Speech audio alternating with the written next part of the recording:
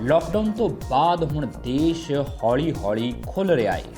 8 जून तो hotel, restaurant ते धार्मिक स्थान आम लोगों लिए खुल जाणगे, पर इत्थे जाण लई तुहानूं नियमां दी पालना करनी पवेगी।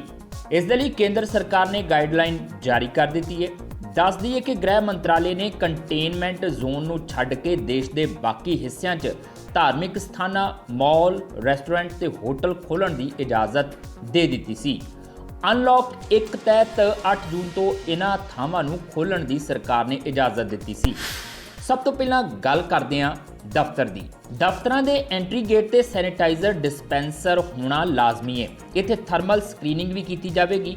सिर्फ उन्हां लोकां नूं ही दफ्तर 'च जाण की इजाज़त दी जाएगी जिन्हां विच कोरोना वायरस के लक्षण ना नज़र आउण। कंटेनमेंट जोन च रहण वाले स्टाफ नूं अपने सुपरवाइजर नूं इस संबंधी जानकारी देनी पवेगी। उस नूं उदों तक दफ्तर आउण की इजाज़त ना दी जाए जद तक कंटेनमेंट जोन नूं डी नोटिफाई ना किया जाए। ड्राइवर नूं सरीरक दूरी ते कोरोना संबंधी जारी नियमां की पालना करनी पवेगी। दफ्तर के अधिकारी ट्रांसपोर्ट सेवावां देण वाले ये यकीनी बनाउणगे कि कंटेनमेंट जोन च रहण वाले ड्राइवर गड्डियां ना चलाउण। गड्डी दे अंदर उस दे दरवाज़िਆਂ, स्टेयरिंग, चाबियां दा पूरी तरह डिसइनफैक्ट होना जरूरी है। इस दा ध्यान रखिया जाए। गर्भवती औरतां, उम्रदराज मुलाजम, पहला तो बीमारियां का सामना कर रहे मुलाजम ज़्यादा ध्यान रखण। इन्हां नूं अजिहा काम ना दिता जाए जिस विच लोकां नाल सीधा संपर्क हुंदा होवे। दफ्तरां दी मैनेजमेंट जेकर संभव होवे तां अजिहे लोकां नूं वर्क फ्रॉम होम की सहूलत देवे। सिर्फ उन्हां लोकां नूं आउण दी इजाज़त दी जाए जिन्हां ने फेस मास्क पाया होवे। दफ्तर के अंदर भी पूरा समा फेस मास्क पाउणा जरूरी है। दफ्तर च विजिटर्स की आम एंट्री ते आरजी पास रद्द किए जाण। सिर्फ अधिकारत मंजूरी दे नाल ही किहड़े अधिकारी नूं मिलना है, ये जानकारी तो बाद विजिटर नूं आउण दी इजाज़त दी जाए। उस दी पूरी स्क्रीनिंग की जाए। बैठकां नूं जिथों तक संभव हो सके वीडियो कॉन्फ्रेंस जरिए किया जाए। दफ्तरां च कोरोना वायरस संक्रमण तो बचाव के पोस्टर ते होर्डिंग जगह जगह लगाए जाण। सरकार ने धार्मिक स्थानां लई जो गाइडलाइनस जारी कीतियां ने, हुण उन्हां ते नज़र पाउने आ।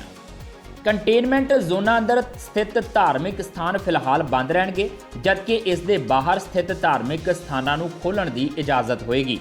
मंत्रालय का कहना है कि प्रार्थना वालियां थावां ते अक्सर वड्डी गिणती लोग पहुंचते हैं, लिहाजा महत्वपूर्ण है कि इन्हां कंपलैक्सां 'च सरीरक दूरी ते होर एहतियाती उपावां की पालना की जाए।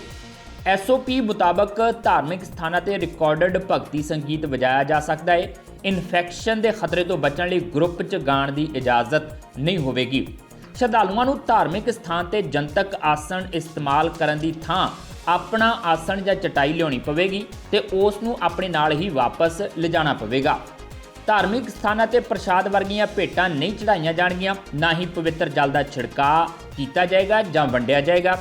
भाईचारक रसोई, लंगर ते अन्नदान आदि की तैयारी ते भोजन की वंड च सरीरक दूरी के मापदंडां की पालना की जाएगी। सारे धार्मिक स्थानां दे एंट्री गेट ते लाजमी तौर पर हैंड सैनिटाइजर ते थर्मल स्क्रीनिंग यकीनी बनाउणगे। इस तो इलावा उत्थे सिर्फ बिना लक्षण वाले मास्क पाउण वाले श्रद्धालु नूं ही एंट्री की इजाज़त दी जाएगी। श्रद्धालुओं नूं साबण नाल हत्थ पैर धो के कंपलैक्स च जाण लई कहा गया है। धार्मिक स्थानां ते मूर्तियां ते धार्मिक पुस्तकां नूं छूहण की इजाज़त नहीं होगी। कोविड-19 एहतियाती उपावां बारे ऑडियो वीडियो जरिए जागरूकता भी फैलाई जाएगी। संभव होवे तां श्रद्धालु अपने जुत्ते चप्पलां नूं अपने वाहन 'च ही उतारनगे। जरूरत पैण ते व्यक्ति जां परिवार दे जुत्ते चप्पलां नूं श्रद्धालु वल्लों खुद वखरे स्लॉट ते रखिया जाएगा। धार्मिक स्थानां दे अंदर जां बाहर स्थित दुकानां, स्टॉलां ते कैफेटेरिया च सरीरक दूरी के मापदंडां की हर समय पालना करनी पवेगी। एयर कंडीशन ते वेंटीलेशन बारे कहा गया है कि तापमान 24 तो 30 डिग्री सेंटीग्रेड के विचकार होना चाहिए है ते रिलेटिव ह्यूमिडिटी 40 तो 70% के विचकार होनी चाहिए। धार्मिक स्थान प्रबंधन नूं नियमित रूप से फर्श ते होर सतह की सफाई करवाएगा ते नाल ही डिसइनफैक्शन करवाउणा पवेगा। इसे तरह सरकार ने रेस्टोरेंट्स लई भी गाइडलाइनस जारी कीतियां ने, जिस दे मुताबक कंटेनमेंट जोन च रेस्टोरेंट बंद रहणगे, इस दे बाहर खोले जा सकते हैं।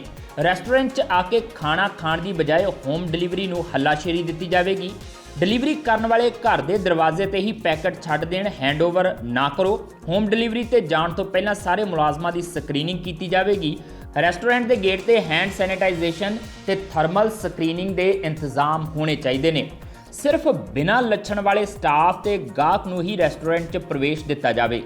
मुलाजम नूं मास्क लगाउण जां फेस कवर करन ते ही अंदर एंट्री दिती जाए ते वो पूरा समा इस नूं पहनी रखण। कोरोना की रोकथाम नाल जुड़े पोस्टर ते इश्तिहार प्रमुखता नाल लगाने पैणगे। रेस्टोरेंट 'च सोशल डिस्टेंसिंग नूं ध्यान 'च रखदिआं स्टाफ नूं बुलाया जाए। हाई रिस्क वाले मुलाजमां संबंधी विशेष एहतियात वरती जाए। उन्हां तो ज़्यादा लोगों के संपर्क 'च आउण वाली जगह काम ना करवाया जाए। रेस्टोरेंट 'च गाहकां दे आउण जाण लई अलग अलग गेट होने चाहिए ने।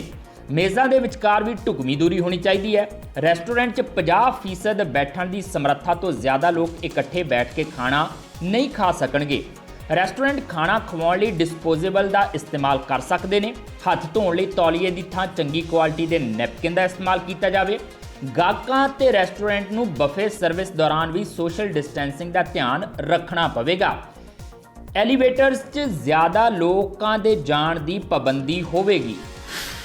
इसे तरह शॉपिंग मॉल 'च दुकानदारां नूं भीड़ जमा होने तो रोकना पवेगा तां जो सरीरक दूरी के नियमां की पालना यकीनी बनाई जा सके। सरकार ने कहा है कि एलीवेटरां ते भी लोगों की सीमित गिनती तय करनी पवेगी। मॉल के अंदर दुकानां तां खुल्लणगियां पर गेमिंग आर्केड्स, बच्चों के खेडण की जगह ते सिनेमा हाल बंद रहणगे। शॉपिंग मॉलों 'च एयर कंडीशनिंग 24 तो 30 डिग्री ते ह्यूमिडिटी 40 तो 70% रखने की हदायत जारी की गई है। Bureau report TV Punjab. सत श्री अकाल जी, मैं निर्मल मान ਊੜਾ ਟੈਟ ਸੈਟਲਮੈਂਟ ਤੋਂ। ਇਹ ਤੁਸੀਂ ਵੀਡੀਓ ਦੇਖ ਰਹੇ ਸੀ ਟੀਵੀ ਪੰਜਾਬ ਦੇ ਉੱਤੇ। ਇਹੋ ਜਿਹੇ ਹੋਰ ਜਾਣਕਾਰੀ ਭਰਪੂਰ ਵੀਡੀਓ ਦੇਖਣ ਵਾਸਤੇ ਟੀਵੀ ਪੰਜਾਬ ਦੇ ਚੈਨਲ ਨੂੰ ਸਬਸਕ੍ਰਾਈਬ ਕਰੋ ਤੇ ਨਾਲ ਹੇਠ ਦਿੱਤੇ ਹੋਏ ਬੈਲ ਆਈਕਨ ਦੇ ਬਟਨ ਦਬਾਓ। ਸਤਿ ਸ਼੍ਰੀ ਅਕਾਲ।